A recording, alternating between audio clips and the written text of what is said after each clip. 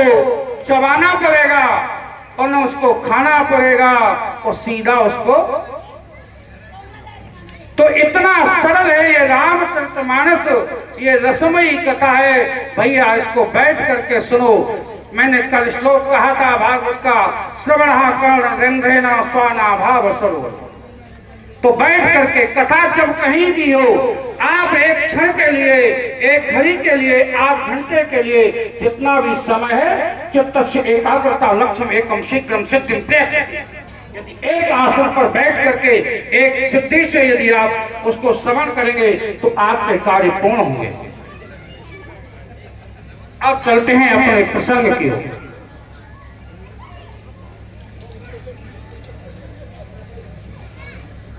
प्रसंग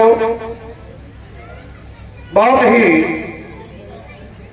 परम रुचिकर प्रसंग है।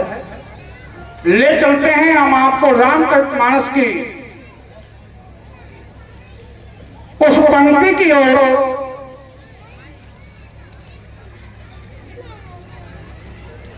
जो हमें रामचरितमानस की ओर प्रेरित करे, भगवान की ओर प्रेरित करे। कौन? कि काहो न को सो के दो के करे दाता, निज प्रत घर भोग कर दाता। सुना काहो सो के दो के करे दाता, निज प्रत घर में भोगी सब भ्राता। काहो न को सो के दो के निज प्रत घर भोग कर दाता। काहो न को सुखी दुखी करी दाता, निज प्रत घर में भोगी सभी भ्राता।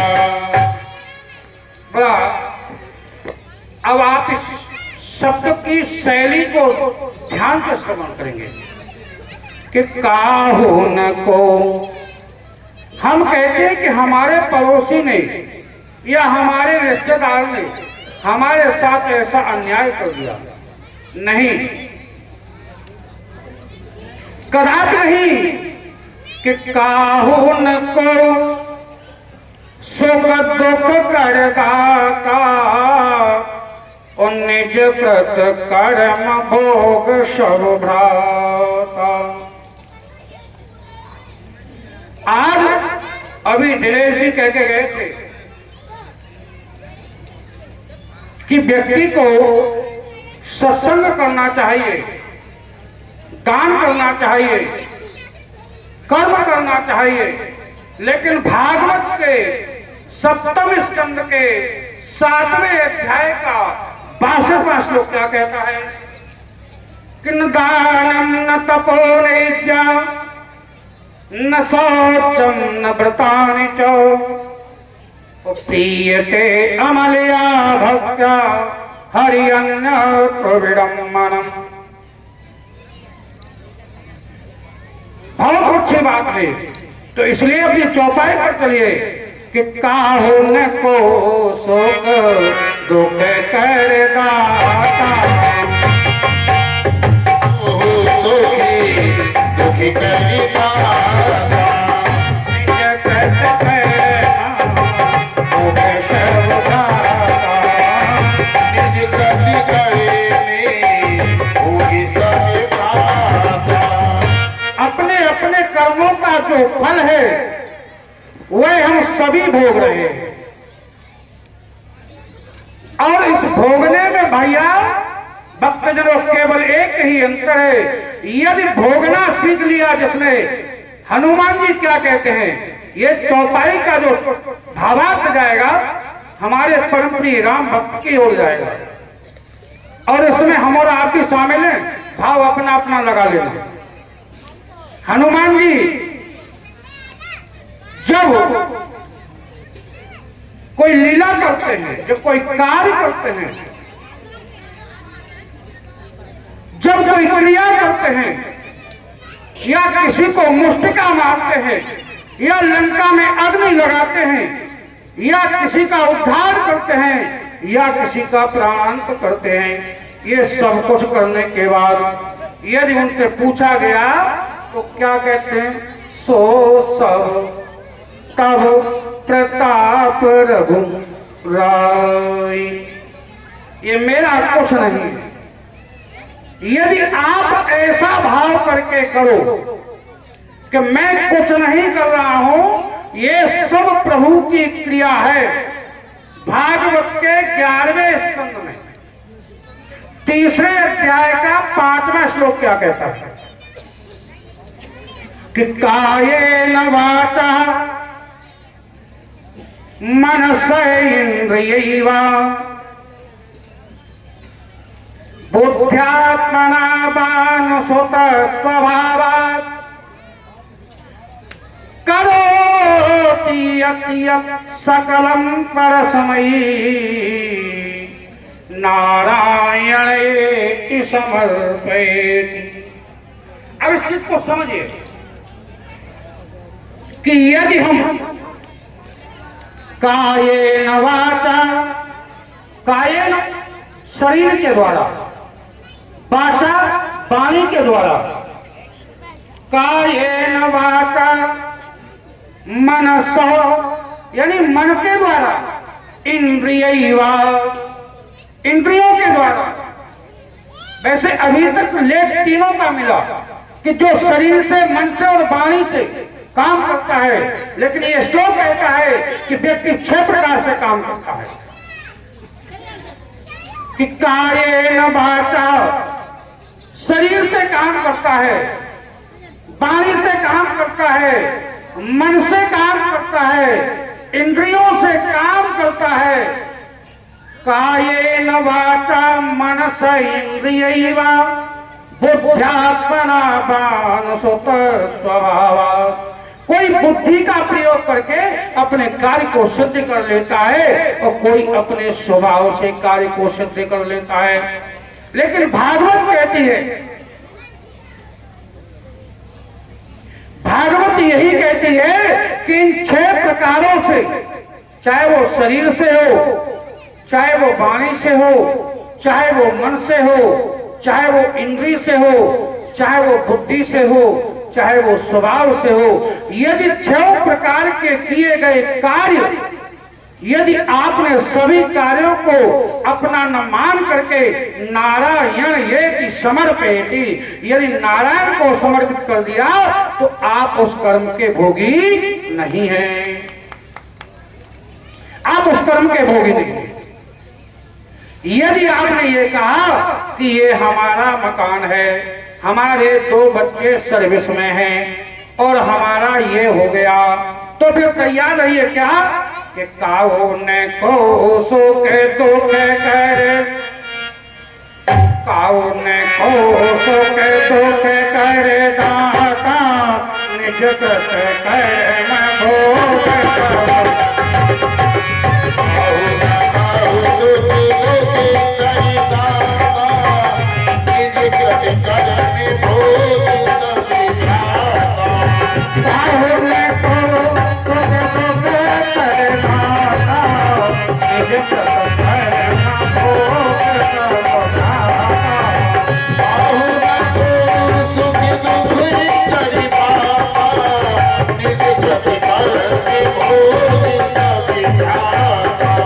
अपने अपने कर्मों को भोगने के लिए यथा कर्म के अनुसार आप भोगने को तैयार रहिए।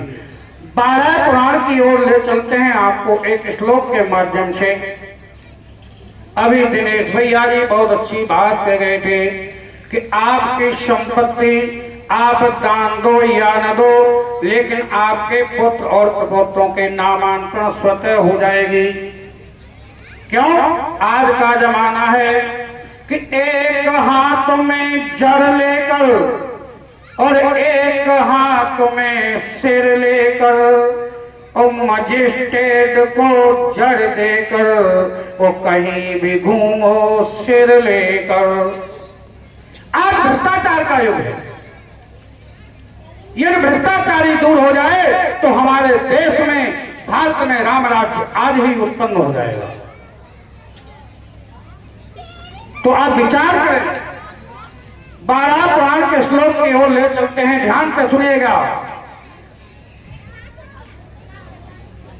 कि रचना हरि नाम सुधान पिए जिनकी गिनती न गिनी। ध्यान देना कि बहु संपत्ति जोरी बटोरी धरी तिनको कहिए न धनी न धनी। अपने हित लागे दलील करें ओ जीव को जीव हनी न हनी। जिनकी न बनी कि जिनकी न बनी रघुनंदन सो ओ तिनकी कबहू न बनी न बनी। इसलिए राम से बनाना है, अब बनेगी कैसे? चलिए बढ़ा प्राण की ओर कि धनानि भूमौ पशुवास गोता नारी ग्रह द्वार जनाच शमशाने। संपत्ति जोड़ने वाले हर व्यक्ति को, महिला पुरुष आबाल वृद्धा बच्चे से लेकर बूढ़े तक इस बात को जानते हैं कि धनानि भूमौ पशुवाश्च गोता नारी ग्रह द्वार जनाच शमशाने। गच्छति जीवा परलोक मार्गे गच्छति जीवा परलोक मार्गे धर्मानुभोग क्षति जीवेका। अब इसकी व्याख्या को आप ध्यान से सुनिए। धनानि भूमौ, पहले हमारे बुजुर्ग माता पिता जो पूर्वज थे वो धन को कहाँ गाड़ते थे? धनानि भूमौ, पृथ्वी में। ऐसा बुजुर्गों के द्वारा सुनने को मिला कि कोई चिन्ह होता था, कोई चूल्हे के नीचे तो कोई चकिया के नीचे, कोई ओखली के नीचे, ऐसे इत्यादि जगहों का जहाँ चिन्ह होता था वहां अपने धन संपत्ति को गाड़ दिया करता। लेकिन आज वह संपत्ति बैंकों में जमा है। तो धनानि भूमौ पशुवाश्च गोष्ठे, पहले हमारी यात्रा के लिए क्या होता था? पशुओं की सवारी की जाती थी। कोई घुड़सवारी करता था, कोई ऊंट के पर चलता था, कोई हाथी पर चलता था, कोई बैलगाड़ी से चलता था। लेकिन आज कारों से चलते हैं। आज जहाँ घुड़साल होते थे, जहाँ हाथी खाने होते थे, आज वहां घरों में गैरेज बन रहे हैं, वहां गाड़ियां रखी जा रही। तो ध्यान देना कि धनानि भूमौ पशुवाश्च गोष्ठे, ये सब कुछ हो, लेकिन एक चीज ध्यान रखना भैया, ध्यान से कि नारी ग्रह द्वार जनाच शमशाने। यदि ये सब कुछ हो जाए, सब कुछ है हमारे पास, लेकिन जब शरीर का जो तत्व है, जो प्राण है, प्राण वायु जो बाहर निकलती है, तो नारी ग्रह द्वार। स्त्री कितनी भी सुंदर हो, कितनी भी पतिव्रता हो, लेकिन वो कहां तक रह जाती है? देहरी के अंदर तक। इसलिए बहु संपत्ति जोरी बटोरी धरी तिनको कहिए न धनी न धनी। अब देखिए, ये सब कुछ है, लेकिन नारी घर के बाहर नहीं निकल रही है। नातेदार, रिश्तेदार, घर परिवार, मित्र, ये कहां तक जाते हैं? केवल शमशान तक। नारी गृहद्वार जनात शमशाने, ये शमशान तक जाते हैं। लेकिन उसके बाद जब परलोक की यात्रा जीव करता है, मूल तत्व को समझिए, जब परलोक के लिए जब जीव अकेला जाता है तो जीव के साथ कौन जाता है बताइए? तो बड़ा पुराण कहता है कि धर्मानुगो गच्छति जीवैका।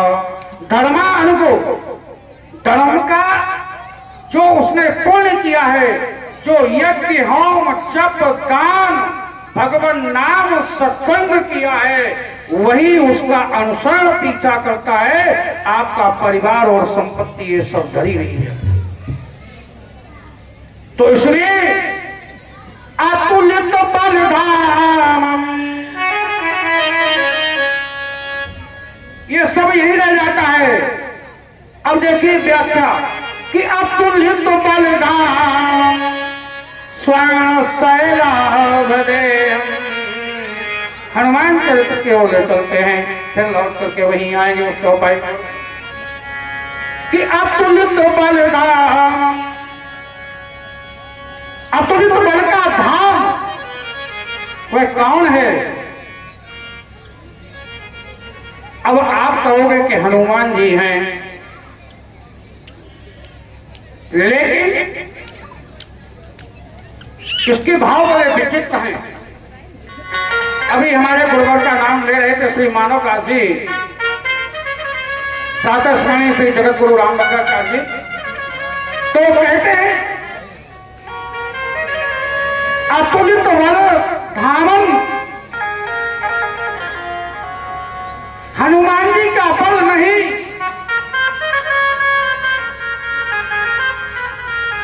तो पूछा कि तो किसका धाम है? ध्यान देना भगवत प्रेमियों कि अतुलित बलधामम स्वर्ण शैलाभदेहम। हनुमान जी के पास कुछ नहीं है। अब किसके पास क्या है? देखो, अतुलित बलधामम, जो राम के बल से, राम के नाम के बल से आज स्वर्ण शैलाभदेहम, स्वर्ण शैला यानी स्वर्ण के पर्वत के समान वो आभा है उनकी जो चमक रहे हैं। अब आपको पता लगेगा भी कि जब स्वर्ण के समान चमकते हैं तो राम के बल का वो आश्रय है। अतुलित बलधामम स्वर्ण शैलाभदेहम तनुज वन प्रसानम। ज्ञानी नामात्र राक्षसों के समूह को नष्ट करने के लिए, यानी बुराइयों को, कुरीतियों को, धर्म के विरुद्ध नीति को संचालित करने वालों को, जो एक अग्नि के समान है और ज्ञानियों में अग्रगण्य है और विज्ञानियों में भी अग्रगण्य है। अतुलित बलधामम ऐव शैलाभदेहम तनुज बल प्रसानम ध्यान नाम अग्रगण्यम सकल गुण निधानम। कितनी अच्छी बात कही कि सकल गुण निधानम। एक गुण किसी में हो सकता है, लेकिन संसार में ऐसा कोई नहीं जिसके अंदर सारे गुण व्याप्त हो। पहलवान होगा तो उसमें ताकत होगी, बुद्धिमान होगा तो बुद्धि से प्रखर होगा, लेकिन शरीर से दुबला होगा। सकल गुण निधानम वानराणामदीतम रघुपते प्रिय भक्तम बात जातम नमामि।